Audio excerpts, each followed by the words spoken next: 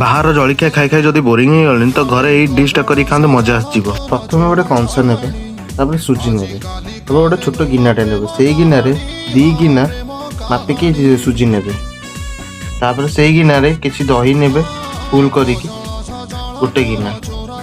ତାପରେ ସ୍ୱାଦ ଅନୁସାରେ ଲୁଣ ପକେଇକି ଗୋଳେଇ ଦେବେ। ତାପରେ କିଛି ପାଣି ଢାଳି ଦେବେ। ତାପରେ ଭଲ ଭାବରେ ଗୋଳେଇ କିଛି ସମୟ ଛାଡ଼ିଦେବେ। ସେତିକି ସମୟ ଆମେ ପରିବା କାଟିବା।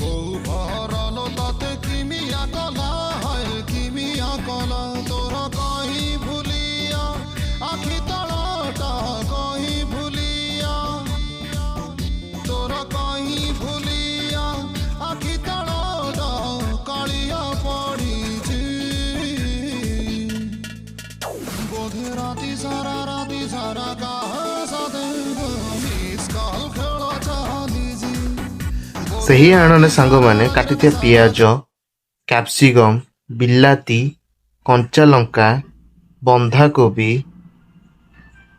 ଗାଜର, ବିଟ୍, ଧନିଆ ପତ୍ର, ମଟର ପକେଇକି ଭଲ ଭାବରେ ଗୋଳେଇ ସାରିଲା ପରେ ସାଙ୍ଗମାନେ ପ୍ରସ୍ତୁତ ହୋଇଗଲା ଉତ୍ତପମ ଆଣ।